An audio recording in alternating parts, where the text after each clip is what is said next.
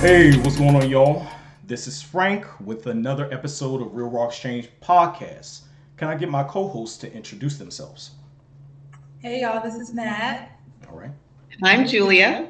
All right. So we have Julia that's joining us for this conversation this week, and definitely grateful to be able to have Julia to come in on the conversation, give her take on what she thinks about the topic that we're going to go over today. So thank you very much for joining us.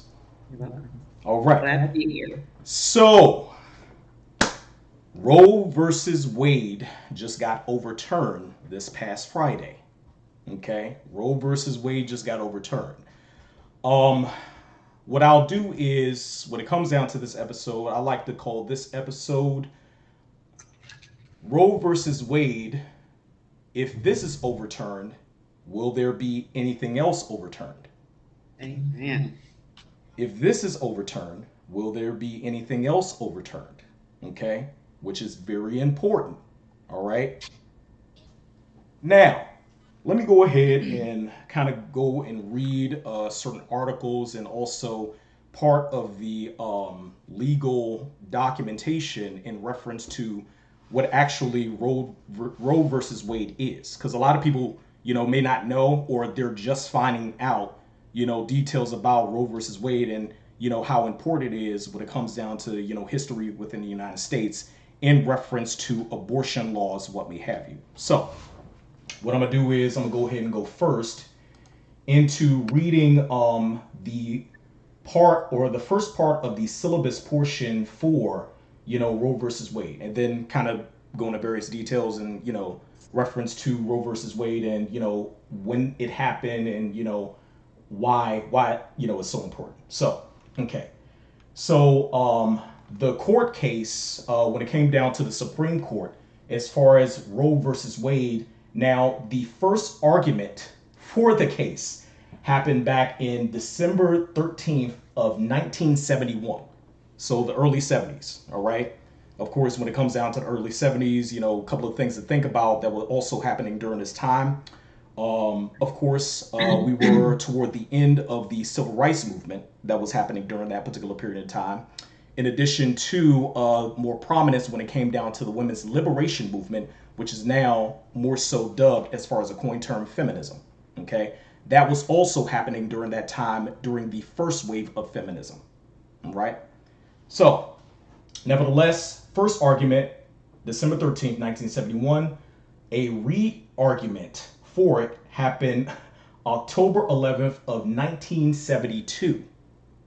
Okay, so that was literally almost a year later, the re-argument for it, where the first argument for it, as far as the case, happened, several months back, and then several months later, there was a re-argument of it, and then the rehearing of it that was happening during that time. The rehearing of it was on February 26th of 1973. Okay, so in 1973, that's when that case helped for women as a whole within the United States to be able to have a choice on whether or not, if they did get pregnant, to be able to have abortion or not. So that case was prominent in the creation of abortion laws within the United States, as far as women having the right to have a choice in whether or not they wanted to go through with the pregnancy. Okay, now let me go ahead and read the first part of the syllabus, and it is as follows. So a pregnant single woman, Roe, of course, or Jane Roe, which, here's a funny thing I just found out. Jane Roe is actually a pseudonym for the woman's actual name, which is Norma McCorvey. Yep.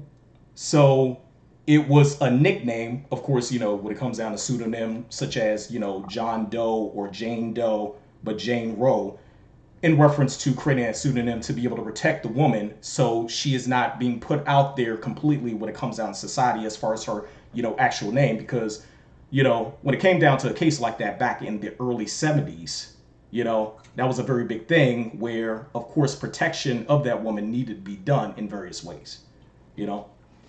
But nevertheless, brought a class action challenging the constitutionality of the Texas criminal abortion laws, which prescribe procuring or attempting an abortion except on medical advice for the purpose of saving the mother's life. A licensed physician, Halford, who had 2 state abortion prosecutions pending against him, was permitted to intervene. A childless married couple, the Does, the wife not being pregnant, separately attacked the laws, basing alleged injury on the future possibilities of contraceptive failure, pregnancy, unpreparedness for parenthood, and impairment of the wife's health. A 3-judge district court, which consolidated the actions, held that Roe and Halford and members of their classes had standing to sue and presented justifiable controversies, ruling that declaratory, though not injunctive, release was warranted. The court declared the abortion statutes void as vague and overbroadly infringing those plaintiffs' Ninth and 14th Amendment rights. The court ruled the Doe's complaint not justifiable. Appellants directly appealed to this court on the injunctive rulings, and appealee cross-appealed from the district court's grant of declaratory relief to Roe and Halford. So,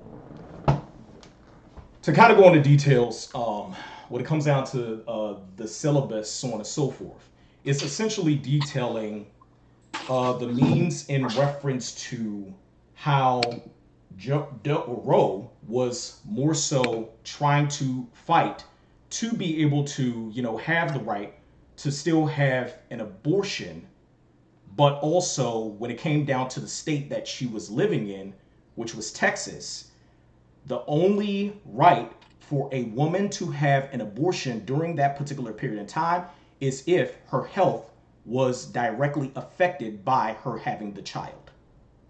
Okay?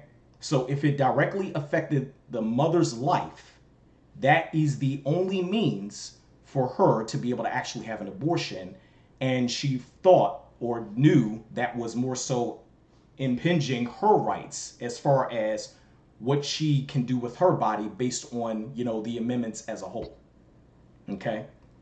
Now, when the case was won, this overall within the United States pushed for women as a whole to now be able to have a choice. Doesn't matter if,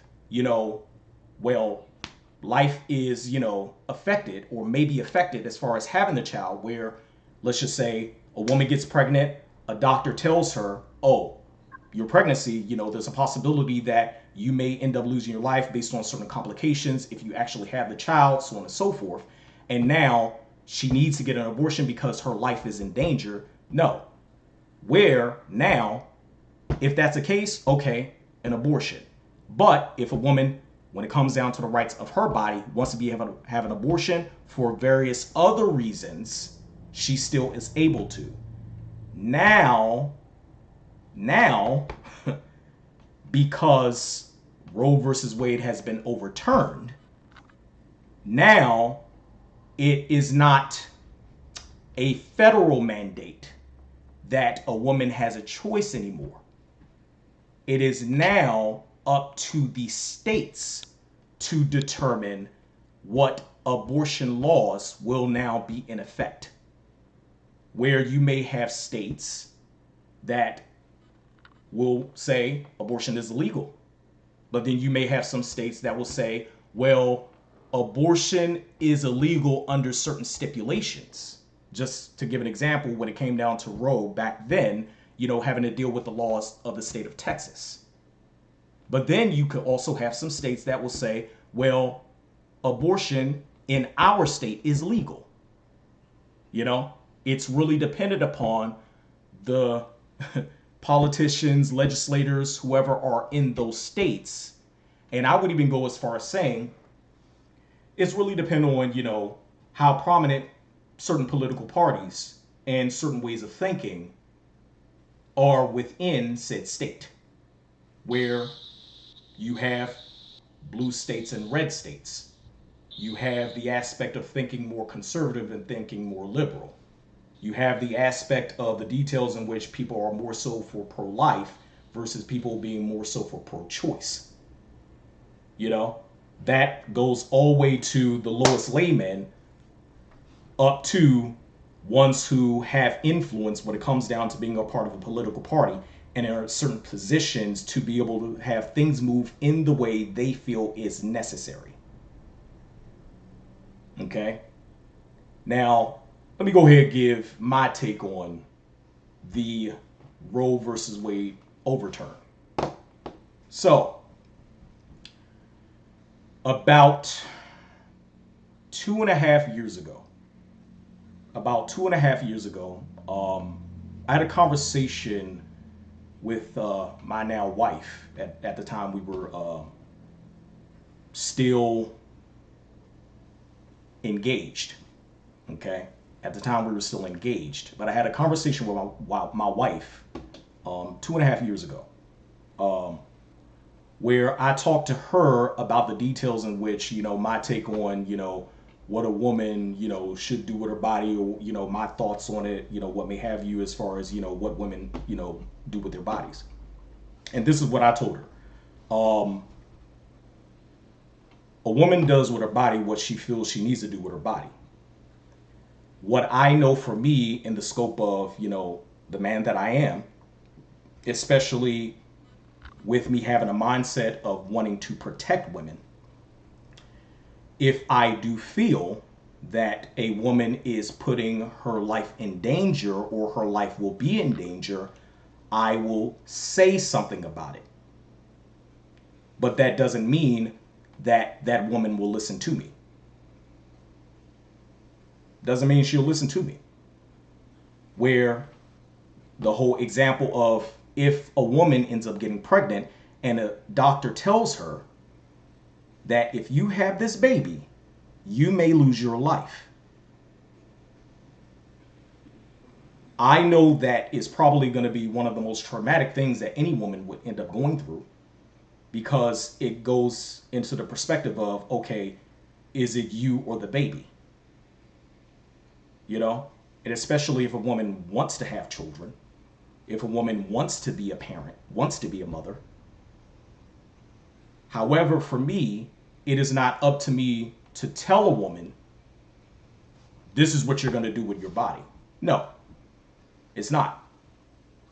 But also for me, I'm going to share when I feel like a woman's health and life is in danger, because it comes from my protective nature. I will share my opinion, but it's up to the woman to do whatever she wants to do with my opinion. She can leave it alone, or she can utilize it to make the best decision for herself. Nevertheless, Nat, what you think about the Roe versus Wade overturn, your take on everything that's going on when it comes down to this overturn, so on and so forth. What do you think? I think it's a lot. I think it's a lot of. I was hoping I would go last. Honestly, okay. I recently moved. I'm from Washington D.C., and I recently moved to Richmond, Virginia. Mm-hmm. And what I'm learning living here, DC is considered South, I think. I, I believe because it's under the Mason-Dixie line. But when I moved to Virginia, I just see it. There's some differences here that I have never seen living in DC. Yeah. Never. ever. Never said that. And it's really opened my eyes to a lot of stuff. But since we're talking about Roe versus Wade, I'm gonna just stick with that for right now. Okay. For one, there has been protests since since this all started, and women and men. I mean, women of just a lot of people, a lot of supporters that you know have been protests, that have been in support, that have, well, not in support of the decision, but that have been following it, have been protesting, and it's right outside my, it's right outside my apartment, and they are really, really expressing themselves. Hmm. And I know I'm gonna get some flack for this, and this is why I was hoping I would go last. I don't know. So I get both sides, right? I get pro-choice and I get pro-life. I have always been pro-life, always, and I'm a woman myself. And I don't say that to say not necessarily to take sides, because I do see the pros and cons of both sides. That's just my personal, um, my personal. That's just how I feel personally, right? But I am a woman, so if it comes down to it, and I have to make a decision for myself. Um, I think, I would always choose pro-life unless it's medically determined that maybe I could lose my life, right? Or maybe, something could happen where, I don't know, there's some complications and it just wouldn't go right. But I don't, I understand why women and men, because there are men out there also fighting and protesting and giving voice, to this whole thing about um, the overturn. I don't. Sorry, y'all. I'm stumbling because I'm trying to find the words I want to say, but I have a few. yeah, I just. That's honestly how I feel about it, and I don't want to ever sound or feel, because sometimes, in some cases, people who are pro-choice believe that, or may feel that people who are pro-life may almost disregard some of the things that, that they think, but I don't do that. I just, for my own personal reasons, I just believe that, I'm pro-life. Um, and that's just how I feel about it. But I do believe that a woman should have say so over her body. I do believe that she should be able to, make a decision for herself. And at that point, she's not making a decision for herself. She's making a decision for her and what's to come, right? Because at that point, she's probably either birthing life into her. And then there's a whole argument of when. Now this could be more medical and more scientific, but I've seen an interview, or I've seen maybe it was a court interview where where someone was getting interviewed, and they brought a doctor into the courtroom, and the doctor basically, they wanted this physician to explain when life starts, right? And the argument was, I I thought remember it was that. very interesting. And I said, okay. And it kind of makes you think, he was basically, I can't remember everything about this interview, but he was basically arguing that if she were to get an abortion before, and this was a murder case, so this had nothing to do with Roe versus Wade, but it makes you sort of think about, this whole thing.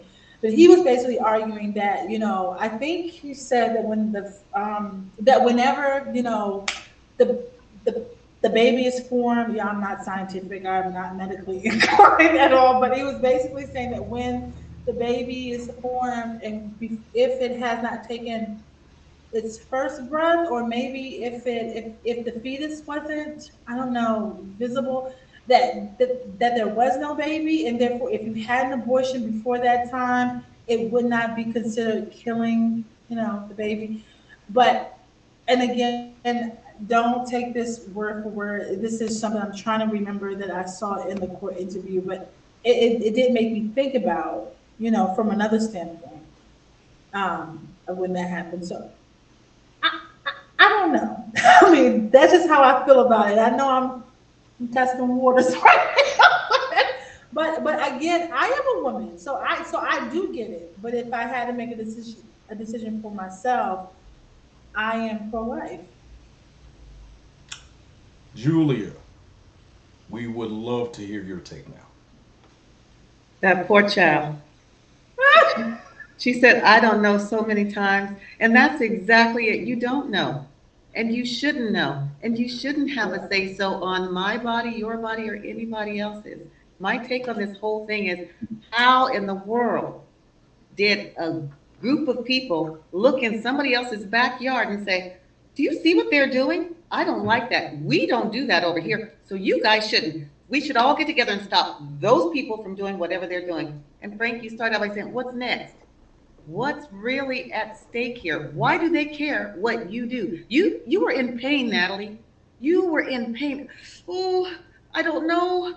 I don't know. I don't know. And that's right. You don't know because it's not your responsibility to make a decision for anyone else. That's why it's such a painful topic.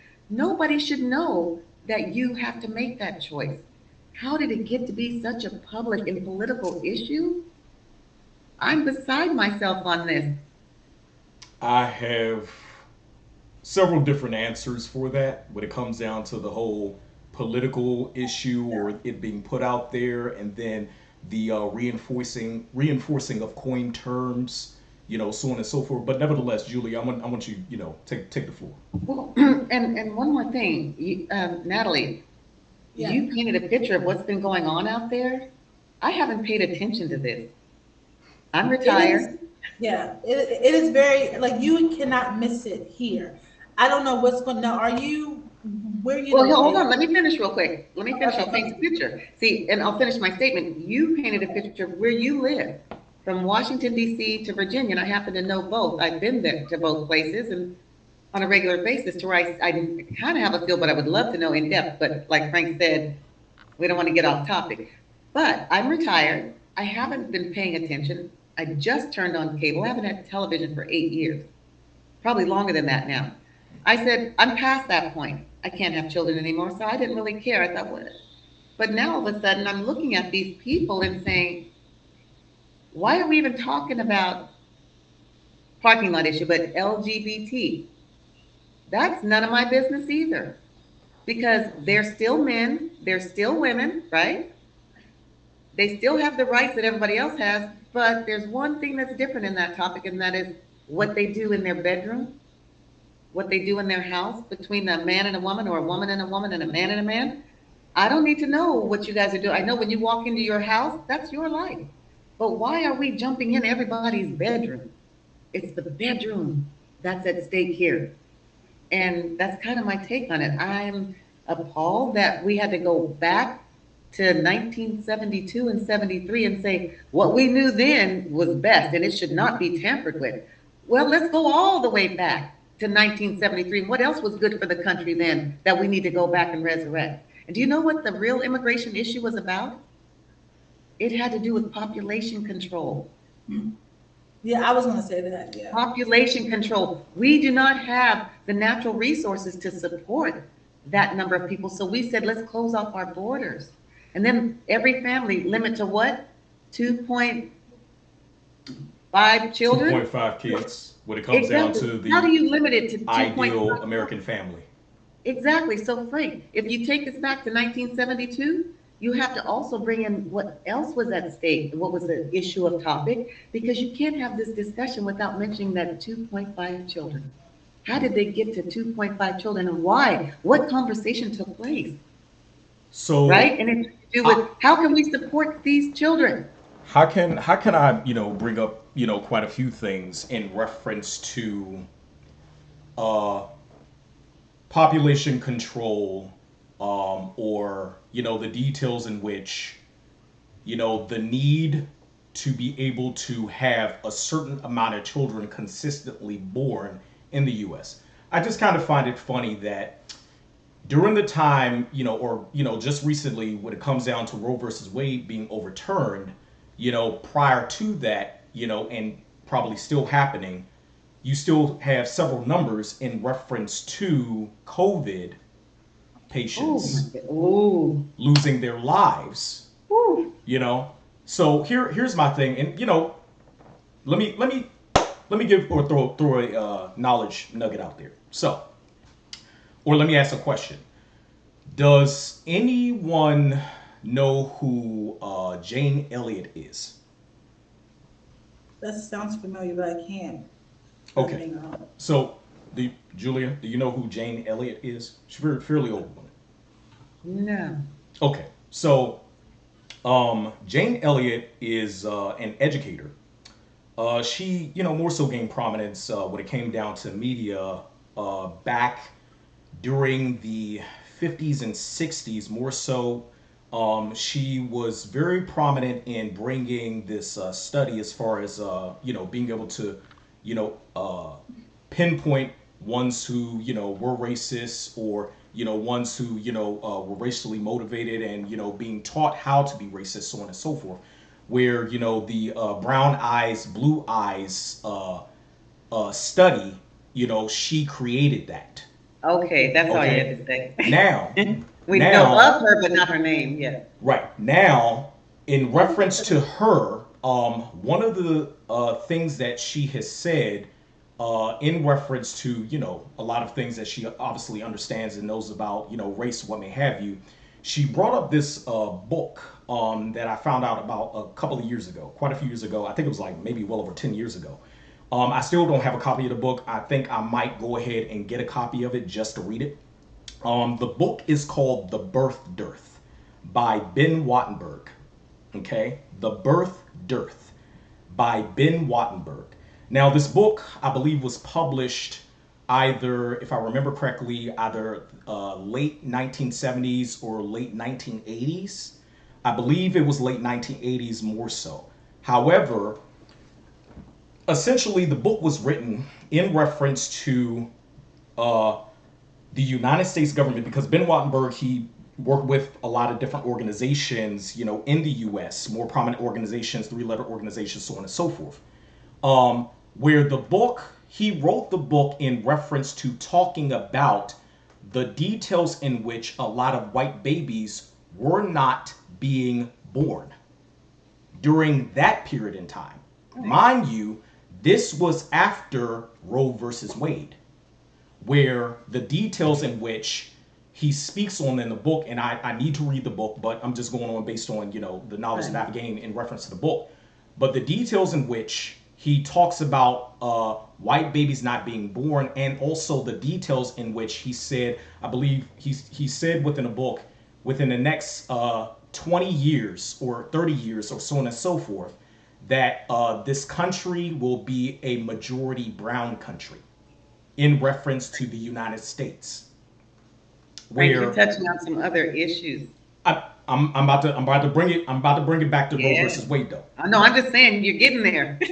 So him talking about that was more so the push in reference to how, of course, when it came down to Roe versus Wade, kind of impeding the aspect of more so babies being born, so on and so forth, as far as more so making sure that the United States would still remain a predominantly white country. Now, statistically, right now, in reference to numbers, okay, based on the dynamic of what would be considered the majority and then what would be considered minorities, per percentage, 60% of the majority are not having babies. But you have a prominent, at least between 60 and 70% of the minority that are. But also, in turn, you have to think about the various aspects of what we would consider to be political parties, or the understanding of someone else living in a alternative lifestyle, or living their truth when it comes down to LGBT, where when you have a good amount within the majority living alternative lifestyles, in addition to more so having prominently in their mind the ideals of political party, essentially rhetoric in their mind as far as living those lifestyles, and still babies not being born, it's inevitably going to push an aspect of it being a brown country. Okay, the United States being more so a brown country, and I mean this is just statistically a fact. Where getting to another detail. Okay, Roe versus Wade has been overturned. Is there a potential for miscegenation laws to be overturned too? You got to go back to what you just left. Well, not necessarily, because I mean, if you think about it, where the dynamics in which you have not only abortion laws, being taken away, on a federal level, as far as a woman having a choice, and then leaving it up to the states.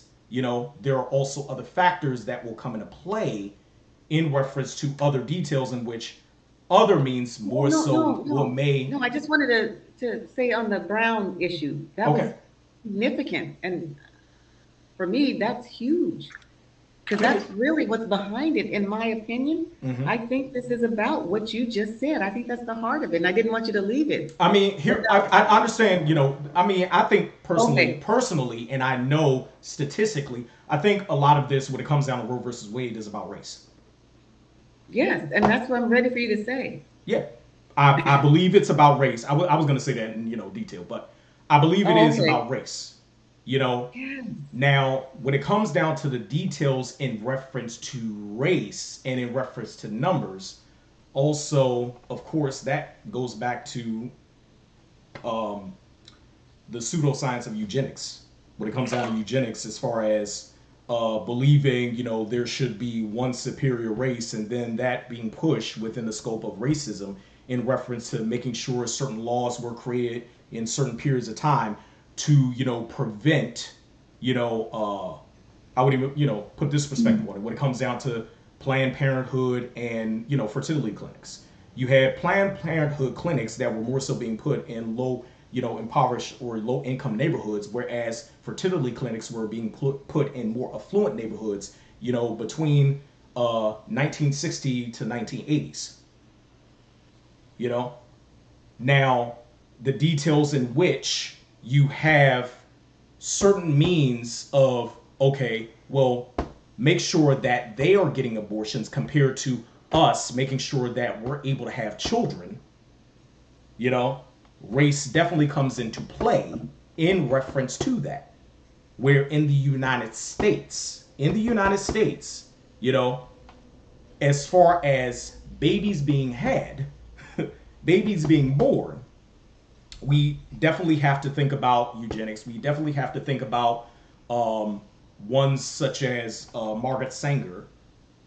Margaret Sanger, being one of the ones that, were the precursor in reference to making sure that Planned Parenthood was created more so out of the scope of less minorities, or, less babies being made by minorities, but then more so white babies being made within the U.S. We have to think about that. And then also Margaret Sanger, as far as women's rights being tied back to details in reference to feminism, where also feminism, obviously the first wave of it in the US happened back in the late or the early 70s, where women's rights, as far as Roe versus Wade, as far as abortion rights, were created around that time frame. So a lot of all the stuff ends up tying back together, But one big detail that all of a sudden, a lot of us, let's be real about it, don't really like talking about, but, should be within the conversation, is race. I'll give you one example. The recent video that just came out, this political representative, I'll say political representative for Trump, I believe her name is Mary Miller, where I'm trying to remember exactly what she said. She said, she thanks Trump for the historical victory for white lives. Let me, as a matter of fact, I actually have the video here, right here. I'm gonna go ahead and play the video so y'all can get a take on, what this woman just said at a Trump rally that just recently happened. Okay, just listen to this right quick. All right. President Trump, on behalf of all the MAGA patriots in America, I want to thank you for the historic victory for white life in the Supreme Court yesterday. Okay, and that's the end of the video. I'm gonna go ahead and put the video in the recording. Nevertheless, when you hear stuff like that, you know, it just kind of, for me, at least for me, it reaffirms the details in reference to race still being a very important thing, which racism is still a very important thing within the United States of America. What do y'all think? I agree. I mean, I think that one thing I kind of wanted to touch on before you got into the video is that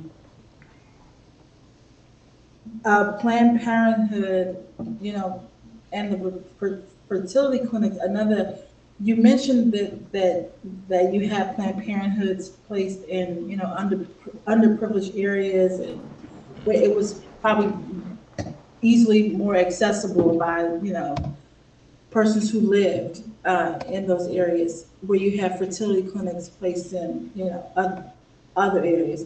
But even if they were placed in separate areas, there's also a big cost difference between the two, right? While you have Planned Parenthood that accepts, you know, different types of financial assistance, fertility clinics probably not so much. So it makes it even harder for those who can't afford those type of services to be able to afford them. I'm just saying. That right there, if they can't afford the procedure, how are they going to afford to raise a child? The standard of living. Yeah. But somebody else is making that decision in this Roe v. Wade. They're saying we know best, but we're also not going to provide you any support. We've got homelessness right now. Why is there so much homelessness? Because housing is unaffordable. Who's going to rent to a woman with 4 kids, 6 kids? Oh, you're going to tear up my house, but you better have those babies. Yeah, that's true. Cheap labor, yeah. And Frank, you nailed it with the race. I mean, you can't have this discussion without having the conversation on race. It is that issue. I mean, when you have brown people saying, oh, we're not for abortion. I mean, if the majority of the black men that I speak to, don't you kill my baby. Don't you kill my baby, right? That's what I'm hearing. And you have other brown people that, oh, they're having children. And what is this critical race theory discussion all about? All those people, those brown people are votes. They're votes. We need more votes. Did you see the last census numbers? Somebody's category is going way down, isn't it? There is no super majority. They're trying to keep it. Talk about race. Well, the majority, the super majority, or the majority, the projection of it is a myth. Like, inevitably, you have the majority within this country as far as white people being the majority. However, when it comes down to the world, white people are not the majority as far as the world. However, whatever can be done to make sure more white life is being created, it will be done. Of course, we see the example of this Overturn. This is just one example, right? Where inevitably, as far as media and the United States creating trends, you have other countries that end up tapping into the same trends that we end up creating. But real quick, who benefits from this decision? The ones who believe in preservation of life, which are the ones who are within their own race. Do you think that if a group of black people got together and said, we agree because we want to make sure that every African American child, black child, whatever, lives, grows, and prospers, we want to populate the earth with more of us, do you think the appetite would be so good? More? I believe that when it comes down to the details on that, it would have to be away from ones that are also within that same mindset, that obviously have the money backing and influence to be able to do anything and everything they need to do to make sure they are the majority in the world. Can you say that differently? Okay, so Thank you. how can I put it? So foundationally in the States, as far as financial backing to do almost anything and everything that they need to do, majority who have more financial backing when it comes down to money, when it comes down to investments, when it comes down to property, when it comes down to organizations, is white people. This is a fact. If you look at how many, just one detail of it, you look at how many billionaires that are white compared to how many billionaires that are black, Okay. what percentage of the amount of money or the amount of investments in the United States do black people in the United States have compared to their white American counterparts? And then you also have to look at details in reference to literally laws that were created back in the day to prevent There you the go. creation of wealth. That Okay. also reinforces a off mindset. That's the information that you should preface with. That right there. Reinforces an off mindset in reference to coming together or even some semblance of black nepotism, which in my personal opinion right now in the States, it doesn't really exist. It doesn't, because of the system that we have been groomed under. It doesn't. You know, I would even go as far as saying not just black nepotism, but the details in which us being for us, by us, cannot thoroughly or foundationally, concretely exist in a system like this. If we were going to be in a mindset of, like, to give an example, when it comes down to B1 or black first or race first or, details as far as Pan-Africanism, if we were in that mindset in the States, we would go back to certain details when it comes down to the creation or recreation of COINTELPRO, which, a couple of years ago, they kind of rehashed it as far as BIE, or Black Intellectual Extremists. I don't know if y'all ended up finding out about that term, but a couple of years ago, that was going on in reference to making sure, black people who were about black and wanted to be around black and wanted to do for black and work with black, that was an issue. That's no different than the creation when it came down to COINTELPRO to make sure during the civil rights movement, the black messiah, or what would be considered a black messiah, was destroyed. And I apologize, but as I mentioned, I have company here and my Okay. presence is required out here. So I wanted to Go ahead. I know we're getting close to the top of the hour, but Okay. anyway. Do you want to kind of go like completely? Yeah, I or- would okay. because they've been waiting for me, but this was important. I mean, Okay. no one's asked me my opinion on this yet, so I was thrilled when wait, you asked me. I tried getting your take on it. What is your take? I think I asked you, what's your take on this? Yeah, my take was back to Natalie's opening. She nailed it. She nailed it in that she kept saying, I don't know. And that's my point. She shouldn't have to make that decision for everyone else. And it shouldn't be, that's why she's so torn. I'm not speaking for you, Natalie, or Nat, No, excuse me. okay. Yeah, no, But I- that's really you really captured my take on it. It's such a gut wrenching issue for everyone. If you've ever had to go through it or if you know someone, you don't want to be in that position. And I think if we really had an issue with it, we would explain the value of life to the young girls and what that means later on in life and a whole bunch of other things.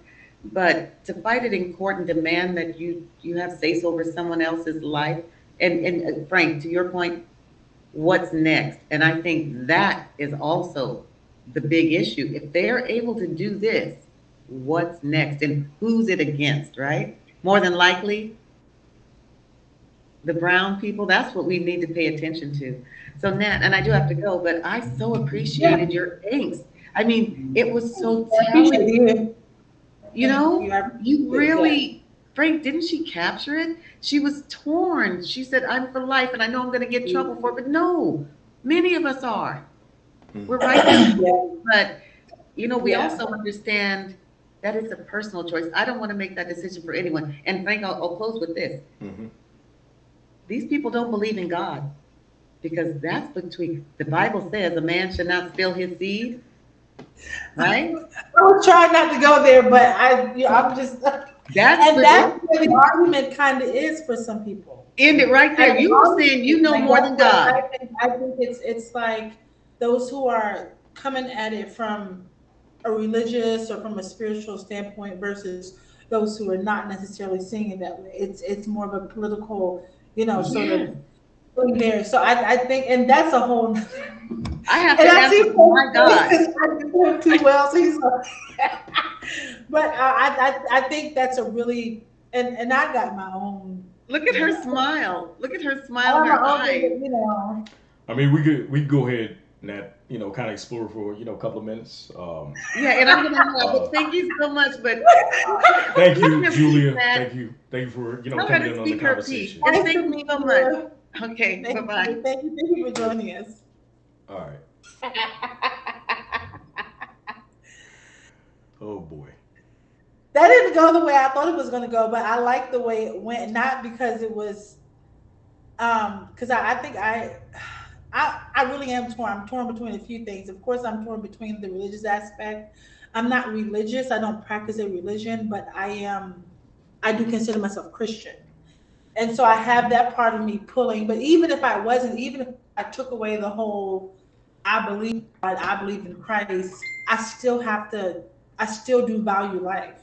So even if I didn't believe, even if I was not looking at it from a religious standpoint, I still value life. But then something she said kind of stood out to me, where she's like, for us to go into court with it, um, and for is a whole nother issue. But the way I see it is that, well, what's the difference? And this may be a question. It may be a rhetorical question, but in my mind, I'm thinking, what's the difference between the court making the decision and the woman making the decision?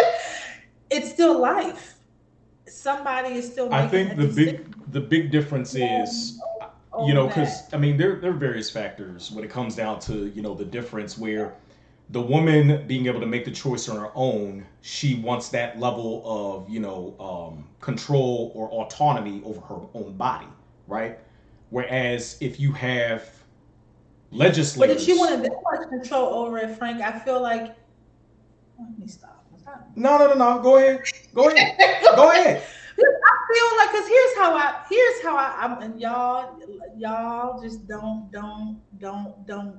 murder me in the comment section. But They I gonna say feel what they like, gonna say, but ladies, you have to be. I feel like it comes down, and I hear what you guys were talking about the whole race issue, and it's some of that I do agree with also. But when it comes down to the woman wanting to have respect, I mean, I'm sorry, not respect, control over her body and the decisions that are made with her body.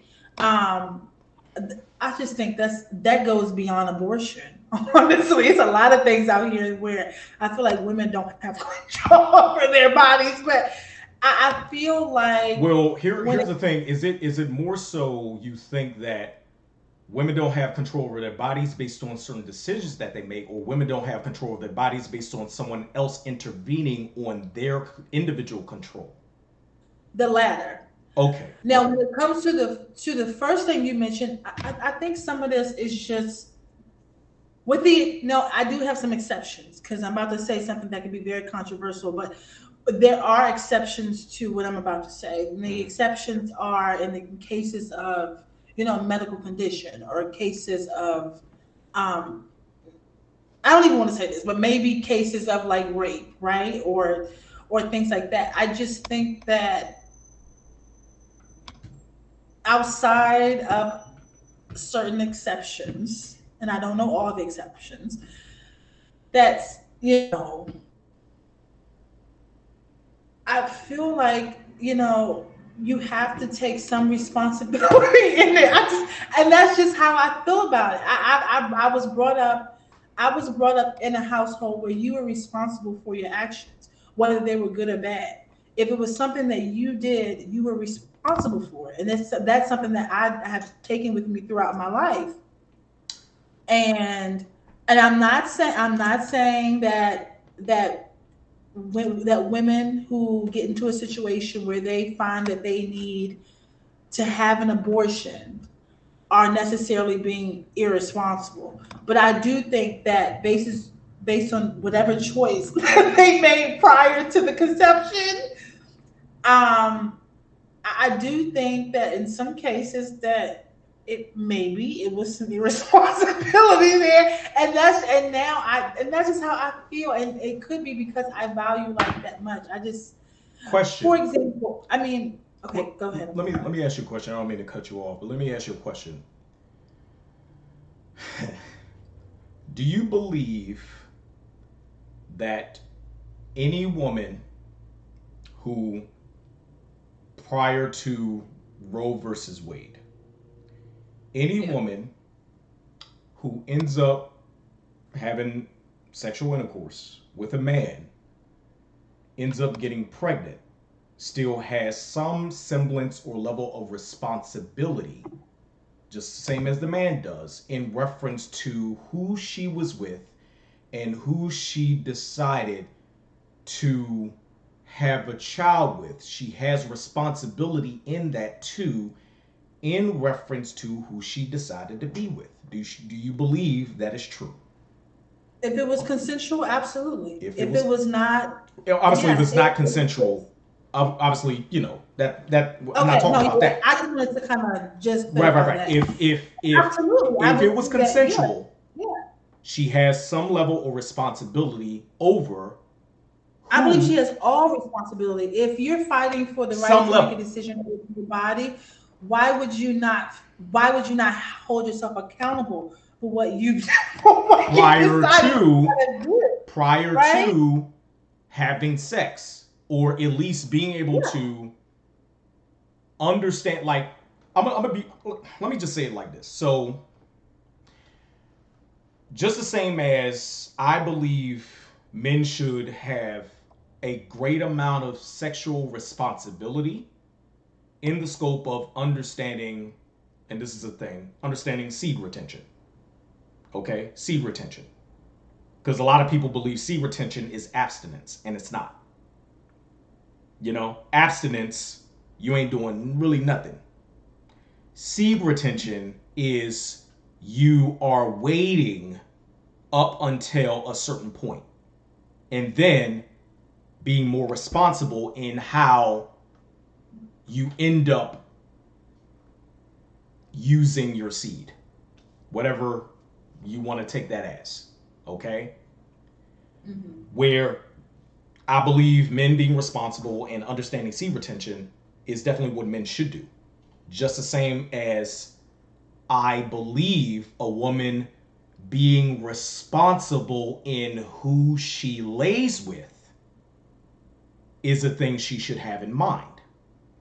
And there are a lot more details in reference to who you are responsible with that I believe,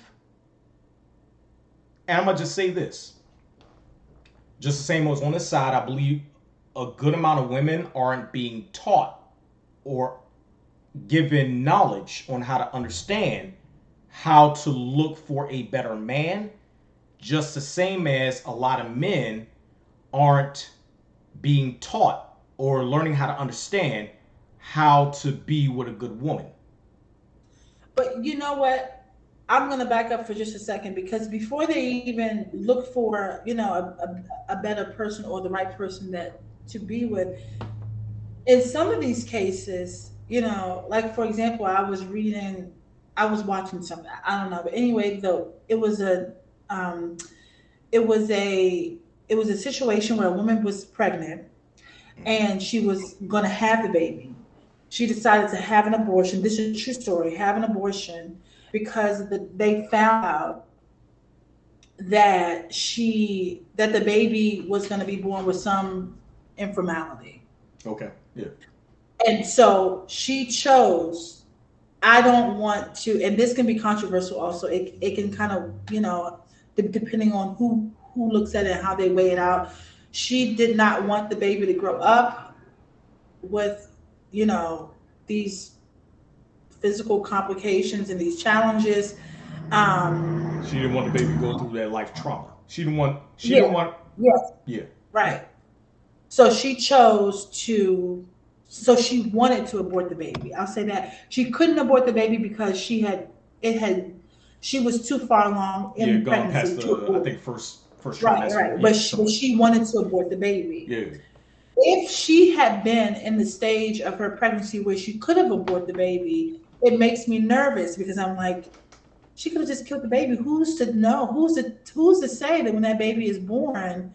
And this is funny. This is funny because I went to church this morning. I'm not going to take it from a religious aspect, but I went to church this morning, and I got to put this out there that they were saying that they were talking about experts versus the Bible and things like that. I'm not going to quote the Bible, but what I am going to say, I do believe, even if you don't believe even if you don't read the Bible, even if you don't believe in God or whatever, if you believe in something, some higher being of you or creator of your understanding or whatever the case may be, or higher power, then I would think that you would at least give that life a chance. I mean, that's just what I'm thinking. I'm thinking you never know what may happen. You just never know.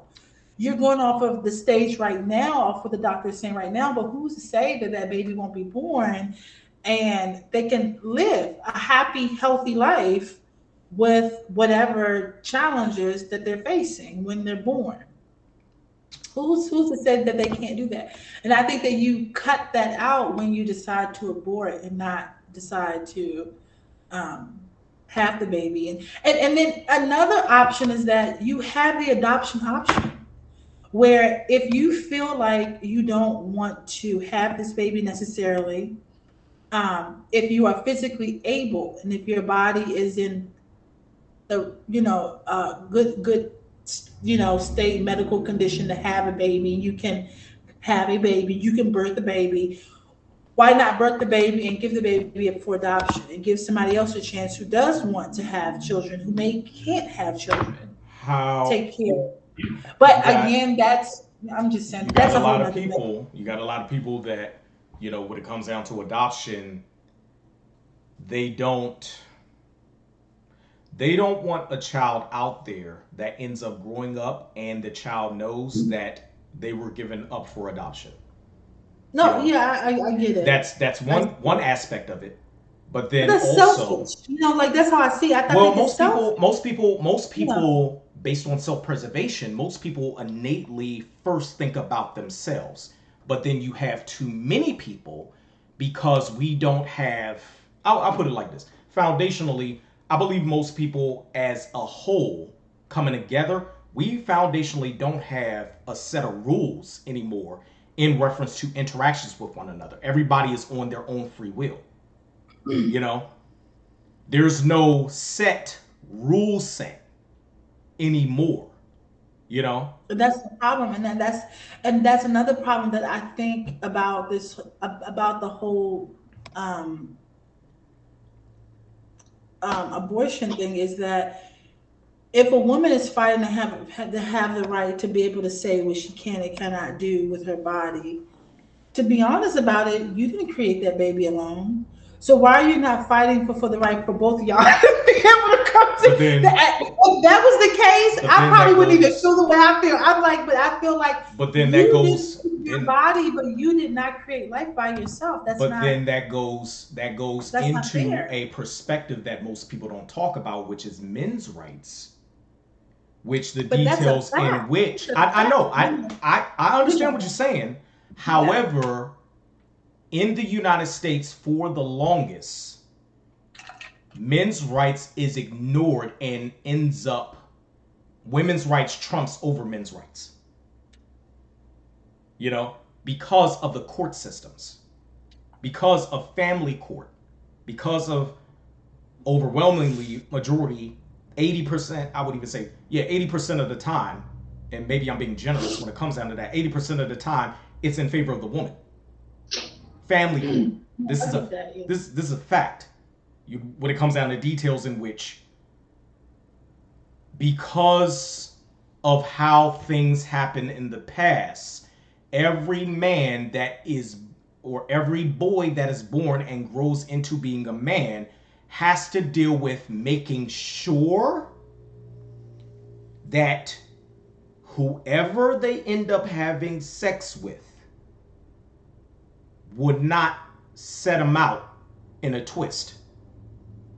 You know? Mm-hmm. And you have a good amount of men that don't learn that.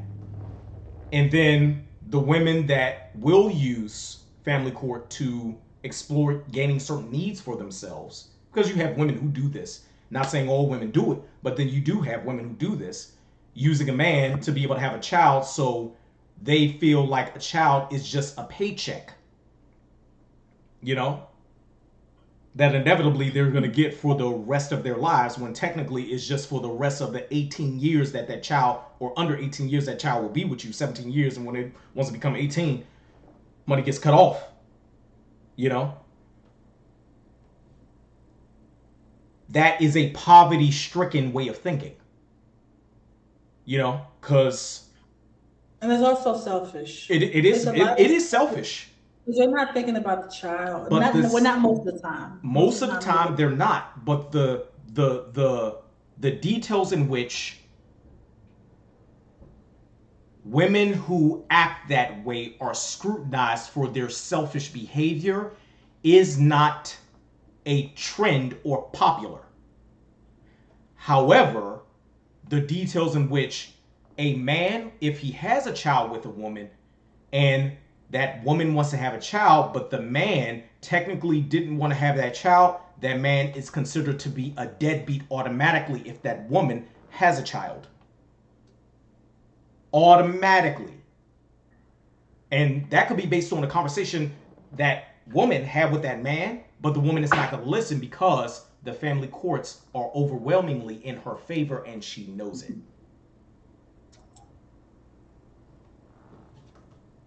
Details, however, I say all of that not to say that, oh, Roe versus Wade overturn is a good thing. No, I don't believe it's a good thing.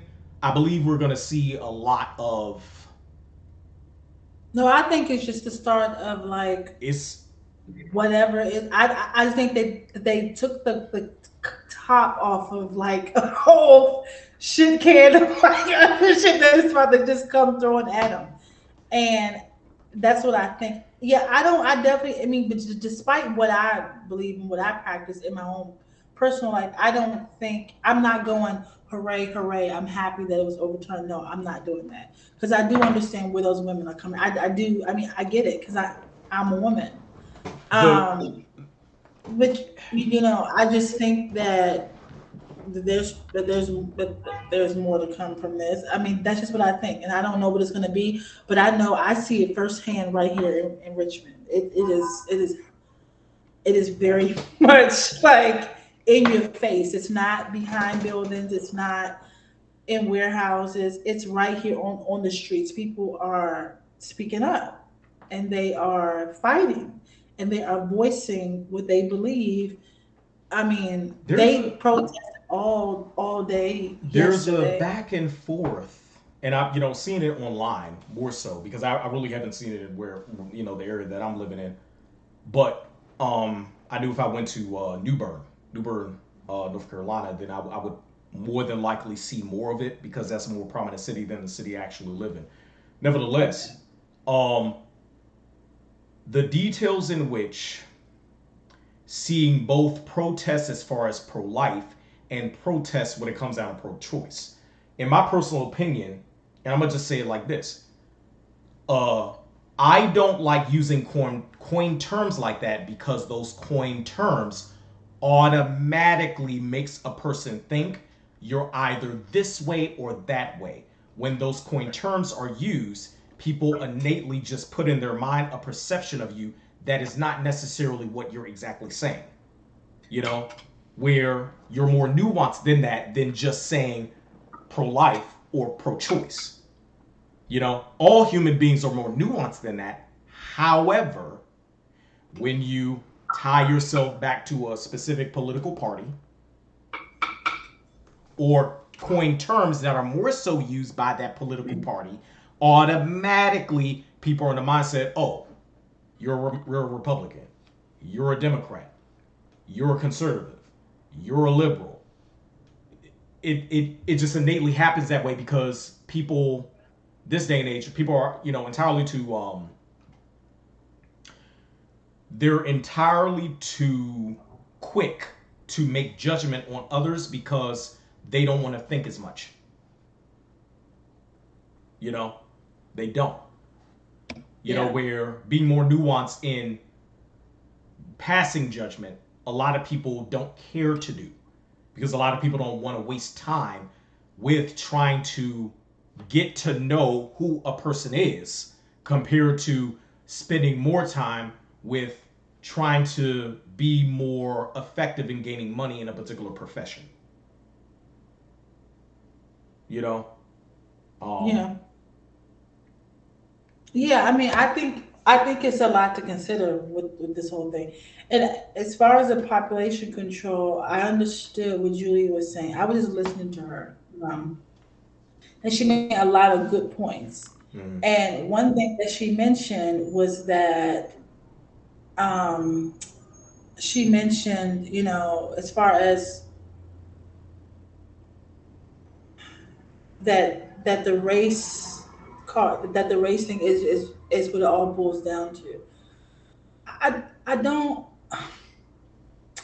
I think it has a big part to do with it, but I don't know if that's all it boils down to. I mean, Now, technically, you know, she didn't really. Well, I'm gonna just say this.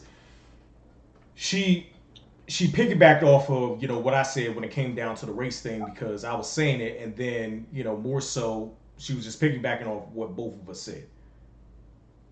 Where, yeah, I don't believe it only boils down to that, but I think a good amount of it is that in reference yeah, to yeah, who we're yeah, dealing with, who yeah, we're dealing with foundationally that are creating these laws and have a certain mindset or are trying to replenish their numbers. Like I do believe that based yeah. on what I see and based on what I know.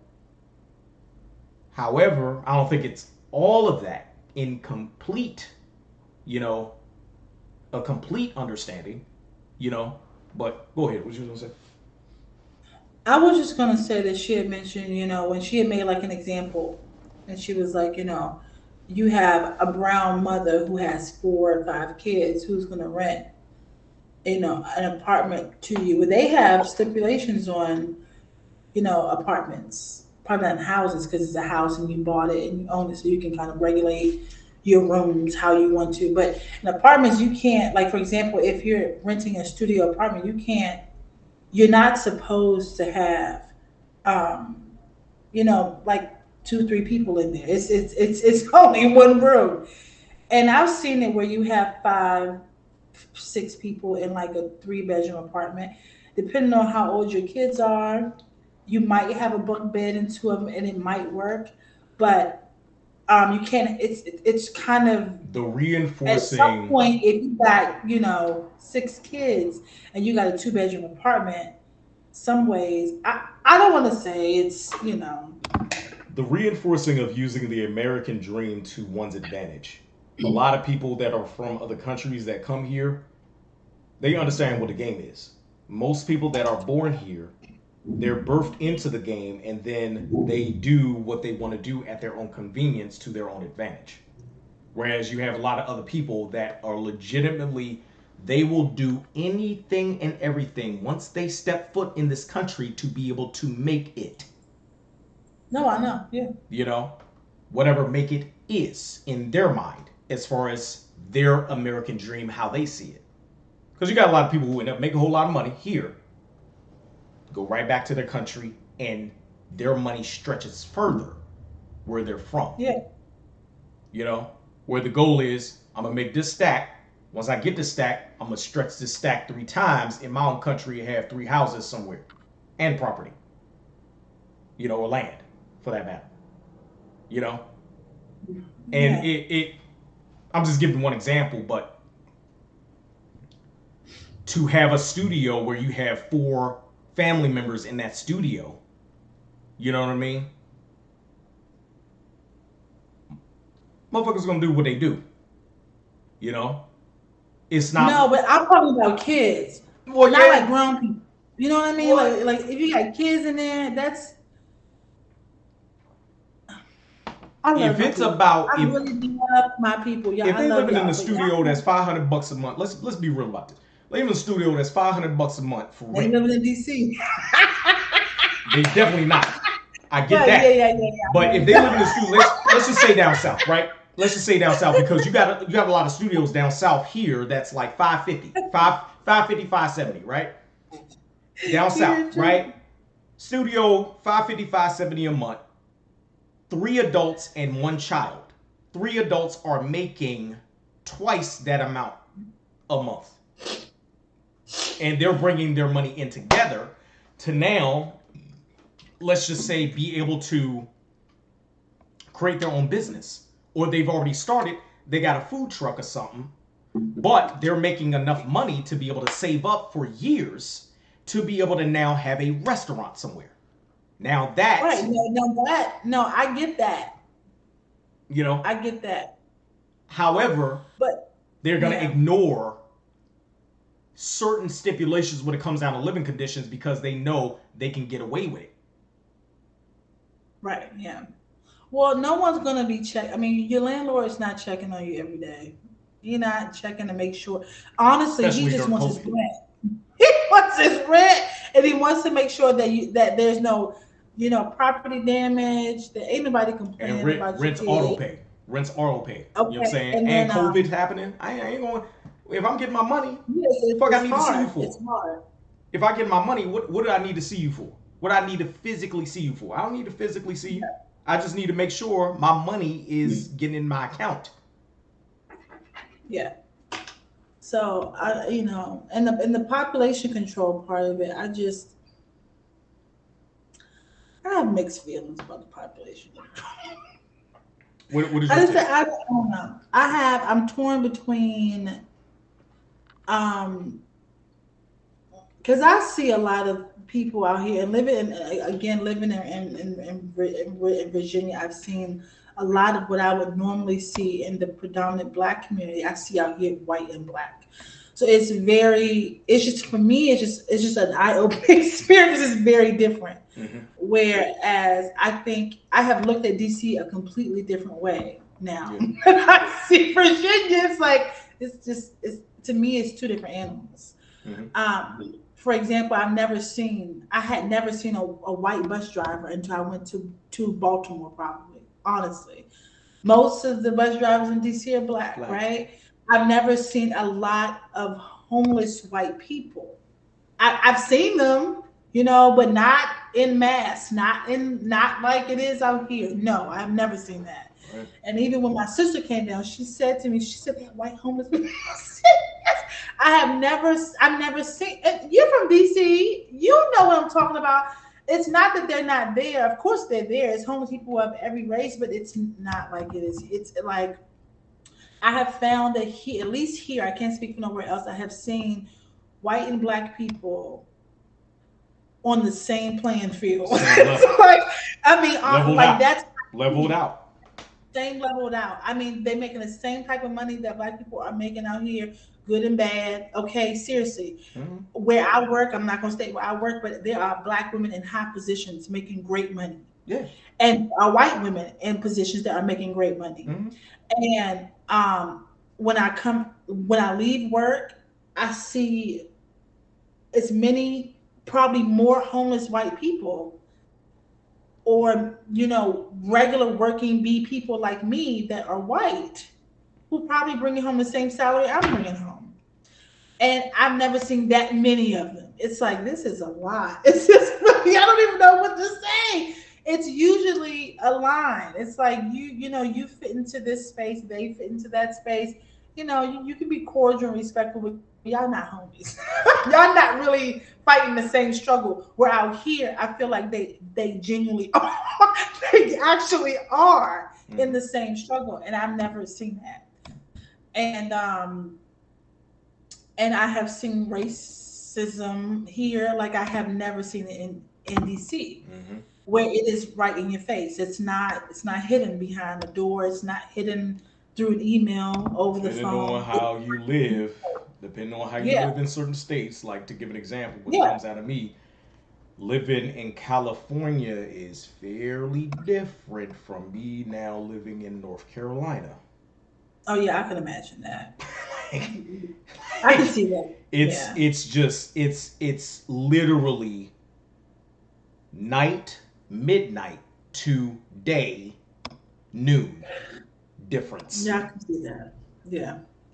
Where I'll say living in the South, living in the South is fairly slower, you Oh, know, it's much slower. fairly But I think slower. it depends on your lifestyle. It could work. Like it works for me, it's fine. But if you're coming from, I think it'll be a bit of a adjustment when you're leaving a fast paced area and you go straight to a slow paced area. It can be a bit of an adjustment because you're used to doing this all the time. And that was my issue. DC is pretty quick, and when you come down here, it's like everybody's moving like this. Like it's okay. It'll get done, Natalie. Da, da, da, da. I'm like, no, can we just? But it's just more lax, and I found some days it drives me crazy, and then some days it's like, whatever. I'm just gonna go with the flow. This is how it is. Whatever. I think So when it comes down to let's take it back to the Roe v. Wade. yeah, But yeah, yeah, like for me, I think the biggest thing when it comes down to all of this is since Roe v. Wade is now overturned, are they going to do that with miscegenation laws? Are they going to do that with, same sex marriages? Are they going to do that with. if they touch that, if they touch the LGBT, because the LGBTQIA plus is already in their own battle. I mean, honestly, like they're Yeah. still fighting the good fight. Hmm. Okay, so I think it would be a very sensitive issue, and Sensitive is not the word I would use. it would be just It would be, especially now in it would be too, 2022 I just think or it's too or harsh. later, if it is done now, all I'm saying is Dave Chappelle got tackled on the stage. Yeah, Yo, it's like gonna be serious because they out here fighting the like good. They still trying to, you know. and I get it, you know what I'm saying? Obviously speaking intelligently, like I'm for and everybody should, know this about me. I'm for the pursuit of happiness. You know, as long as your pursuit is not impeding the health or life of anybody else or yourself, I'm for the pursuit of happiness. You And know. that's where I'm having. That's yeah. Hmm. However, there are other details in which I can understand Yeah, psychologically. Okay, I get it. I get it. yeah. Chemically, I get it. Certain things tie back to what is what does it mean, you know, to say what you're doing in the bedroom, you know? Like, okay, that's what you're doing in the bedroom, right? Right.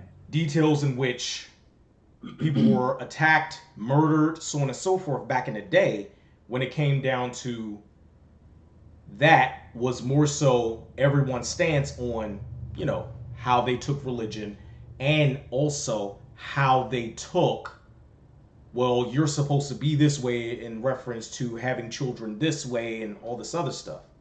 You know, things are being more accepted now. Okay, fine. Still, pursuit of happiness. I'm for it.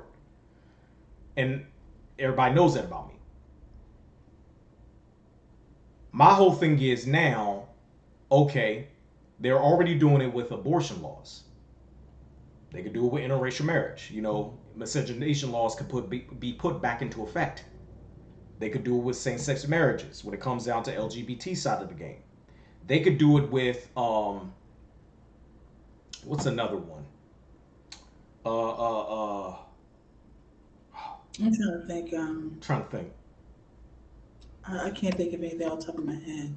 They could do it back to civil rights. You know what I'm saying? Civil rights. Like there are various things that could happen where it's just like, okay, this is open. This whole Roe versus it's opening the door. Opening the door. When it comes down to rights human beings have. Now, this is specifically more of a woman's rights issue. I believe it's really a human being's rights issue. Exactly.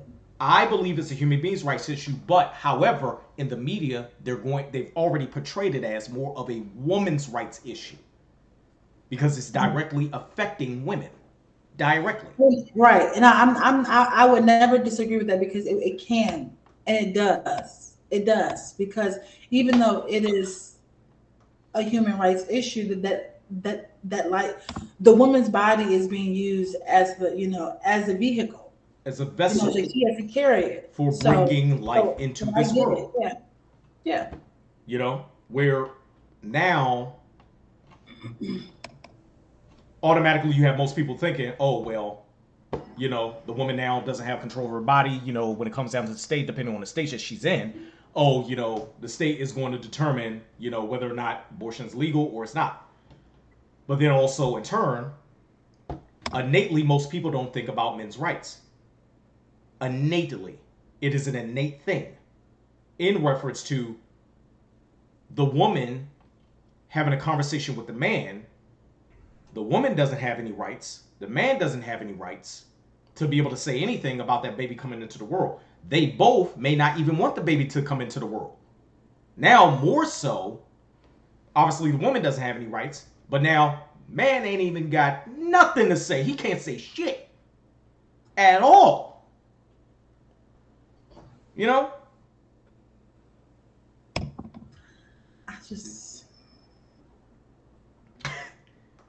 I'm just struggling because I feel like even if you had a woman and a man who both felt like, oh, we don't want the baby, well, you shouldn't have fucked. Like that's where I am with it. In my mind, like, well, you should have used a condom. That's what you should have just gave him hand. Watch TV. This ain't working out for me because I'm like, you can't, like, you're making the baby pay for a mistake that you two. A lot of people are not thinking about sexual responsibility. More so, a lot of people don't care about how to learn sexual responsibility. You know what I'm saying? You got a lot of people who believe. I'm not saying that I've always been responsible when I have engaged. No. But I'm saying that, you have you have to think about that. And I don't think you got people who honestly believe that they should use all of their 20s when it comes down to age. Use their 20s to have to give an example, have a whole phase, right? Yeah. Have a whole phase or 304 phase. Whole 304 if you use a calculator, put 304 in it, flip it upside down. It spells whole. Nevertheless, have a 304 phase or, men when it comes down to, oh well, you just have fun during your 20s. That's happening. But it's not teaching sexual responsibility. It should be preparation phase. That's what it should be. It should be preparing. Fair. However, and I know it's not realistic, but I'm realistically, that is not what is being taught now. You have a lot of parents, and I'll put it in this perspective. You got a lot of parents who are fucking lazy, in addition to very ignorant of what they should be doing in reference to their parenting. Let alone, you got a lot of people who just have children, let alone want to learn how to be a parent. Or you have some women, some girls who don't even who don't understand their bodies and how it works. And then unfortunately you have mothers who don't know how to explain to their teenage daughters what's going on with their bodies, and and how to take care of it, what you should and should not do. Let me ask you a question. Let me ask you a question. Do you think most mothers who have, conversation with their daughters, right, about body related stuff, so on and so forth, do you think most mothers have a conversation with their daughters about body related stuff from a subjective standpoint or objective standpoint?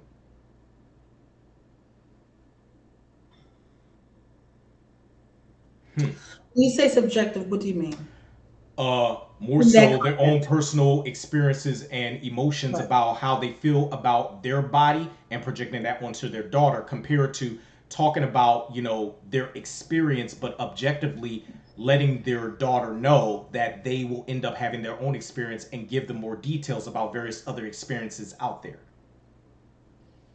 No, I don't think it's the latter. I think it's Facts. more of, Okay. and I think that's where the confusion is. I think that's where the fuck up is. I can't find the word, y'all, but I think that's where it's all messed up. Um, You think more women who are mothers subjectively project their own mindset of how a woman's body should be seen or how they seen their own body onto their right. daughters?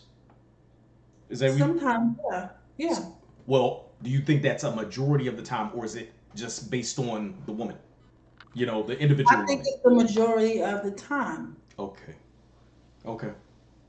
That's how I think. I mean, I think it's the majority of the time. I mean, even with me, even growing up, even when I grew up, and I'm about to let me.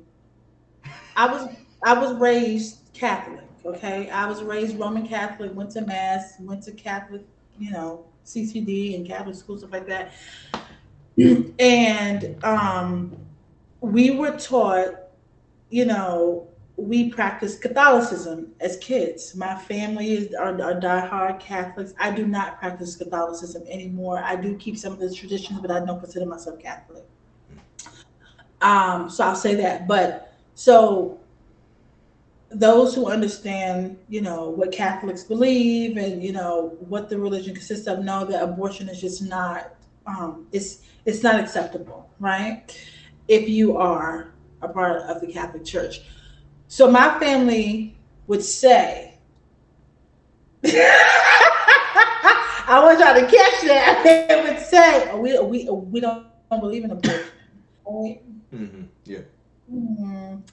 I beg to differ. I beg to differ. And I'm not gonna go into no All right. detail, but this is another thing of how you do have, and I believe that these people are out there right now protesting along with the. So you have two sides. You have the one side that's out here protesting and fighting for um for pro that are pro-choice. And then you have some people out here who are fighting from a religious aspect where they, in the where they would fight and say, "Oh no, you can't kill the baby. It's you have to value life." But if it happened to them, they may not make the religion goes out the window because they have to now make that decision for themselves. And I believe those people do exist. I believe they out there right now fighting. But if they got pregnant tomorrow and make a decision, they probably would find themselves on the other end of the stick, I'm gonna right? say some. I'm gonna say some. I'm gonna say some big controversial. I'm gonna say some big controversial. I believe it's okay in the scope of religion to pick and choose what you decide to apply and what you decide to leave to the wayside, because I believe foundationally religion is very archaic and is not what we actually deal with today. That is my take on religion. Hmm. Everyone doesn't practice religion the exact same way, but you have foundationally a lot of people saying, well, this religion must be practiced in this way. And this is why so many denominations of a religion exist. Because Well, it was somebody, you have everything that has birthed out of another religion. right. The Lutherans, the Catholics, I mean, all of them are missing a piece. Okay. It's so much branching of denominations within a religion, sects within a religion, sects, sects within a religion. It's crazy where it's like a lot of people need religion. A lot of people need religion because it reinforces their level of sanity. I think people need something to believe in. The fair. You know what I mean? I Yeah. agree. That's what I I think. have a certain belief within religion. I do. Yeah. I do. However, I more so focus on the aspect of the God belief versus all of the details in which this book or certain books that were written well over or started to be written well over 5,000, well, not 5,000, 3,000 years ago, you know what I'm saying? And have changed their writing over time. I have to understand how to interpret that, not necessarily taking everything at face value.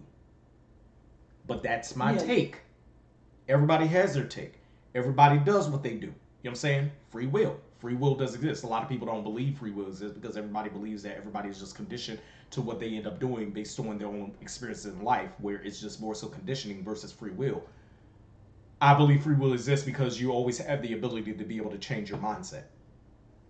Yeah, I believe in choice. I believe everything you do in life, you have to make a decision, whether it's a good one or a bad one, whether it's a decision that you like or not. You have a choice to make a decision. Then I was talking about this with somebody else, and it's true. It's true. Even if Roe versus Wade was not overturned, you still have a choice. You're going to have people that are going to be in a state and illegally get an abortion. Let's be real. Yes, You got people. happen.